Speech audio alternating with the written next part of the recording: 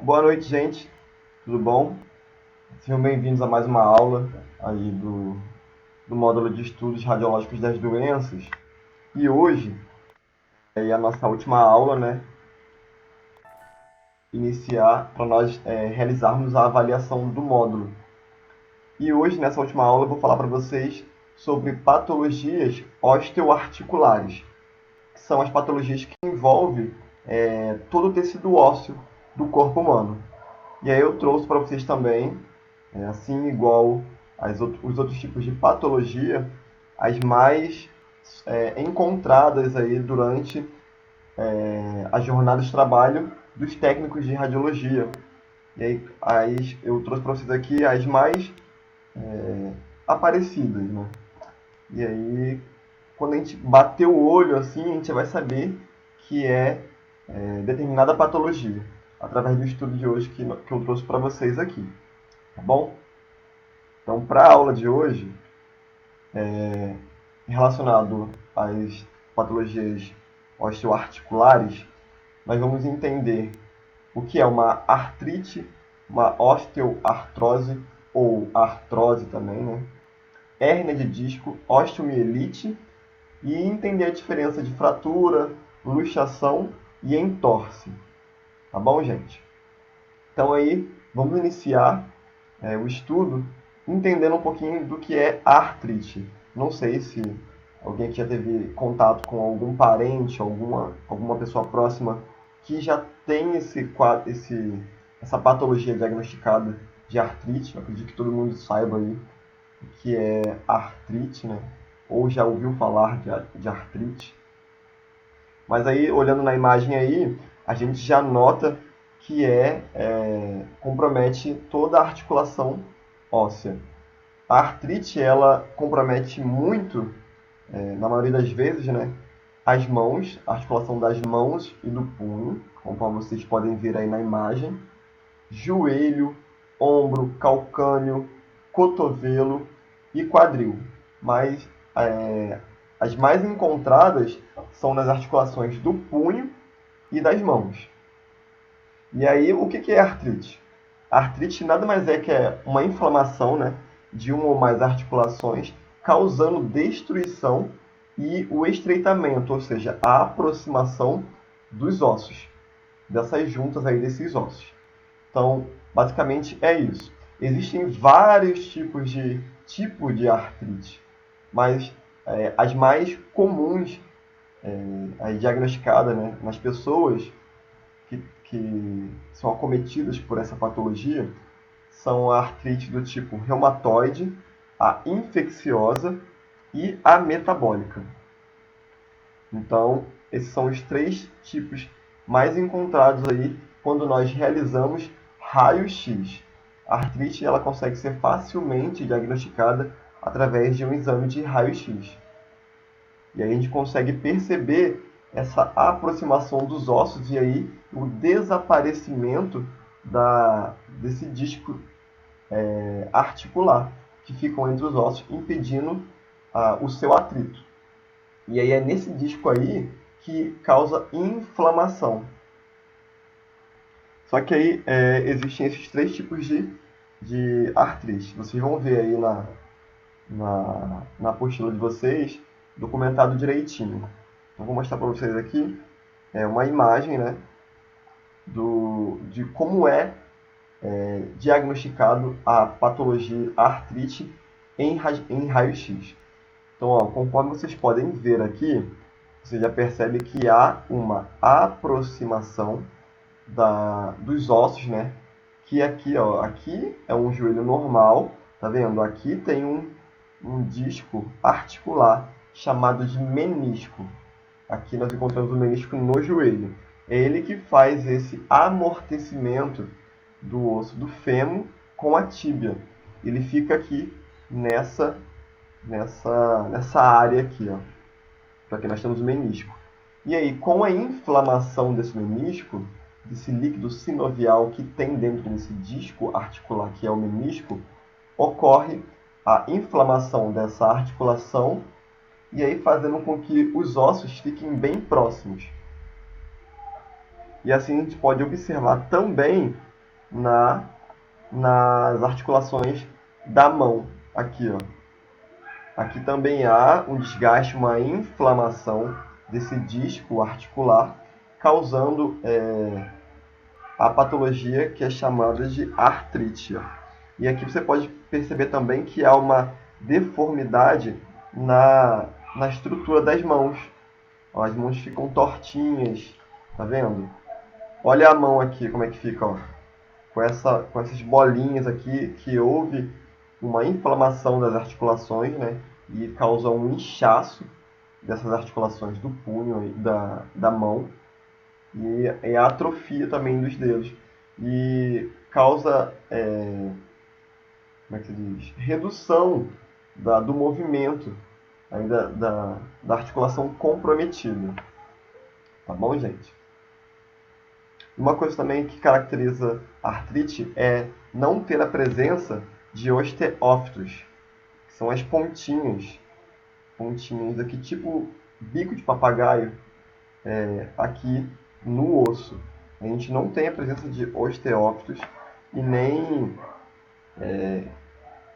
como é que se diz, esclerose subcondral, que é a formação de pequenas cavidades ali na estrutura óssea, um pouquinho de destruição. Então é chamado de esclerose subcondral. Subcondral por quê? Porque compromete a camada subcondral do tecido ósseo. E também não tem a formação de osteófitos, que é o acúmulo acúmulo pontiagudo de calcificação óssea aí na estrutura onde está comprometendo a articulação em questão. Tá bom, gente? Agora vamos lá passar para outra. E aí agora vamos falar da osteoartrite ou osteoartrose. Ela é uma subpatologia, vamos dizer assim, da artrite. Então, quando se tem artrite, nós podemos encontrar também osteoartrite. E aí, é diferente da artrite, a doença articular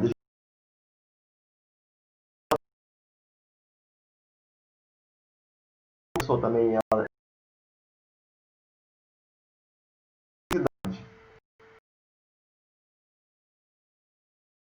um desgaste degenerativo.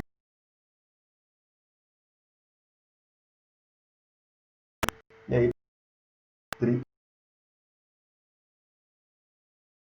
o atrito desse osteoartrite. Ou é essa articulação, ou ela é desgastada através do processo de envelhecimento do corpo normal, ou pela diabetes também, que vai desgastando essa articulação, ou obesidade, que aí vai fazendo muito peso, isso acontece muito no joelho, ou no quadril. A pessoa vai ganhando muito peso e aí vai desgastando mais rapidamente as articulações, esse disco articular aí, né, causando o atrito dos ossos. E aí causa a osteoartrite. E aí, diferente também da artrite, aqui nós encontramos o estreitamento dessas articulações, né, e causa aproximação dos ossos uns nos outros, causa atrito. Nós temos esclerose subcondral, devido à remodelação causada pelo atrito dos ossos, né? Então, quando o osso entra em atrito, ou seja, causa um desgaste nesse osso, e aí nós temos um processo natural do corpo, que é o processo de osteoclastos e osteoblastos, que é a reconstrução desse osso, igual acontece numa fratura, né? Esse osso restaura, e aí causa, nessa remodelação devido ao atrito, causa essa esclerose subcondral, aí na camada desse osso, na superfície desse osso aí. Também podemos observar a formação de osteófitos, que são pontinhas de osso assim, formada, né, no osso aí. Eu vou mostrar para vocês mais à frente. Isso a gente encontra muito lá na patologia da hérnia de disco, os osteófitos. Cistos subcondrais também, devido à entrada desse líquido sinovial, né, subcondral aí da articulação, se rompeu e aí se espalha pela área fraturada desse osso. Então, diferente da artrite, nós podemos ter esses achados radiológicos na radiografia, no raio-x. Tá bom, gente? Então, aqui embaixo nós temos uma imagem, ó, de uma cartilagem aqui em cima da cabeça do fêmur normal. E aqui já nós temos desgaste da cartilagem, causando o estreitamento, né, a união da cabeça do fêmur com o acetábulo, que é o encaixe da cabeça do fêmur no quadril. E aí vai ocorrendo o atrito, e aí vai tendo o desgaste da superfície óssea, né, causando a formação de esclerose subcondral. E aí esse líquido sinovial que fica aqui também, ele é extravasado para as áreas que foram fraturadas aqui da superfície, causando cistos subcondrais, pequenos cistos, tá vendo? Cistos aqui. E aí causa essas craterazinhas também. E aí a gente pode caracterizar esse raio-x como que esse paciente está com uma patologia chamada osteoartrite ou osteoartrose. Tem dois nomes. Ou artrose também, como dizem. Tá bom, gente? E aí, aqui, outra imagem do joelho, de osteoartrose. Também ocorre a diminuição do espaço articular, causando a aproximação dos ossos e aí causa atrito. Podemos ver aqui, no menisco aqui, menisco medial, né? Aqui é o menisco lateral. Nós temos aqui a diminuição do espaço articular, que causa a aproximação dos ossos, a alteração do alinhamento do joelho, né? Pode ver que ele está tombado mais para o lado medial do corpo, que é o lado linha central. Nós temos a presença de osteófitos, está vendo aqui, a pontinha? Isso aqui são osteófitos, é o acúmulo de material ósseo. E aí nós temos a esclerose subcondral, que são pequenos cistozinhos aqui sobre a camada óssea, sobre a camada subcondral, aí da superfície do osso. Podemos também observar, também aqui na radiografia, da coluna lombar, onde também acomete muito a osteoartrose, a aproximação dos discos intervertebrais aqui, tá vendo? Eles encurtaram, o disco foi desgastado e aí causa atrito das vértebras lombares. A presença de osteófitos, tá vendo aqui, chamado de bico de papagaio também. E aí ocorre a formação de bico de papagaio. E aí são chamados de osteófitos. Podemos encontrar também osteoartrose na coluna lombar. Agora vamos entender um pouquinho da hérnia de disco, que também é uma outra patologia que nós encontramos muito aí no setor de raio-x. E nós podemos diagnosticar a hérnia de disco também no raio-x, mas o exame de ouro do diagnóstico de hérnia de disco é a ressonância magnética. Não tanto a tomografia computadorizada, porque a tomografia ela vai analisar muito a estrutura óssea do corpo vertebral, de pedículos, do espaço ali do forame onde a medula passa, mas também conseguimos analisar uma hernia de disco na tomografia. Mas o exame ouro para hernia de disco é a ressonância magnética. Ela mostra nitidamente com uma qualidade de imagem muito boa para o diagnóstico de hernia de disco. Então, o que é hernia de disco? A hernia de disco é quando ocorre o extravasamento desse líquido aí, né, que compõe o disco intervertebral, causando também o osteófito, que é aquele osso pinçadinho ali na coluna, na borda do corpo vertebral. Isso aqui é o corpo vertebral, olhando aí na tela, isso aqui é o corpo vertebral, e aqui nas pontas, ou na parte superior e inferior, há a formação de osteófito, causando pinçamento aí nas raízes neurais. Tá bom, gente? E aí, esse aqui é o disco intervertebral. Aí esse líquido sinovial que compõe esse disco intervertebral, ele acaba extravasando, aí ele acaba encostando aqui nas raízes nervosas, é onde o paciente ele sente umas fisgadas, uns pinçamentos na coluna. E aqui, como pode ver, uma visão superior, de cima, né, do disco. Isso aqui é o líquido de dentro do disco intervertebral que acaba saindo, extravasando, pinçando aqui a raiz nervosa da coluna. E aqui um disco normal. E aí, aqui, eu trouxe uma imagem de ressonância magnética, que é onde a indicação primária para o diagnóstico de hérnia de disco. Então, aqui, quando nós podemos ver na transição da L5 para S1, coluna lombar L5, da S1, da coluna sacral. Nós observamos aqui, ó, que o disco intervertebral ele já está tendo um abaulamento, né, uma protusão, ou seja, para fora, na parte posterior, atrás das vértebras, causando aqui um pinçamento na medula aqui, ó, tá vendo? Então nós já podemos diagnosticar que aqui existe um processo de hérnia de disco. E agora vamos entender um pouquinho da osteomielite. O que é a osteomielite? A osteomielite é quando ocorre inflamação do osso, causado por algum tipo de infecção ou disseminação dentro da corrente sanguínea de alguma bactéria, de algum fungo, dentro do tecido contíguo ou através de cirurgia.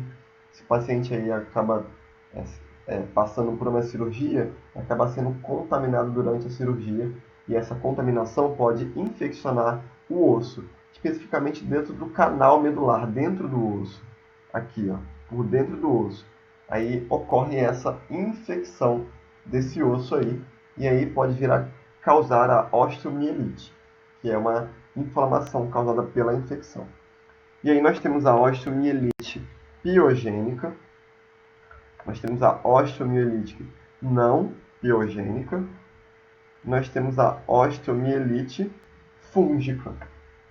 E aí, qual é a diferença dessas três osteomielites? Então vamos lá, vamos entender.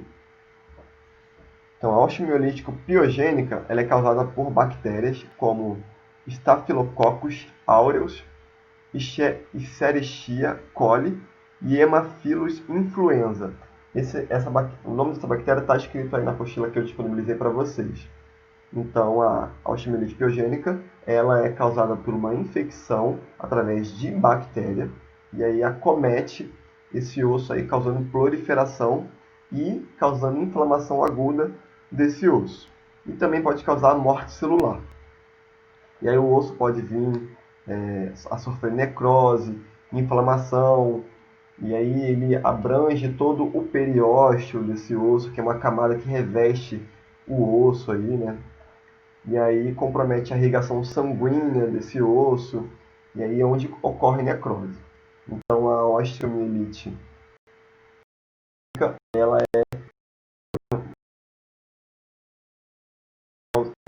comete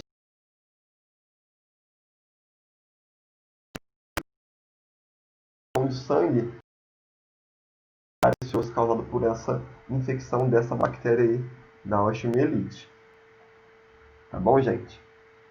Agora vamos falar sobre a osteomielite não piogênica.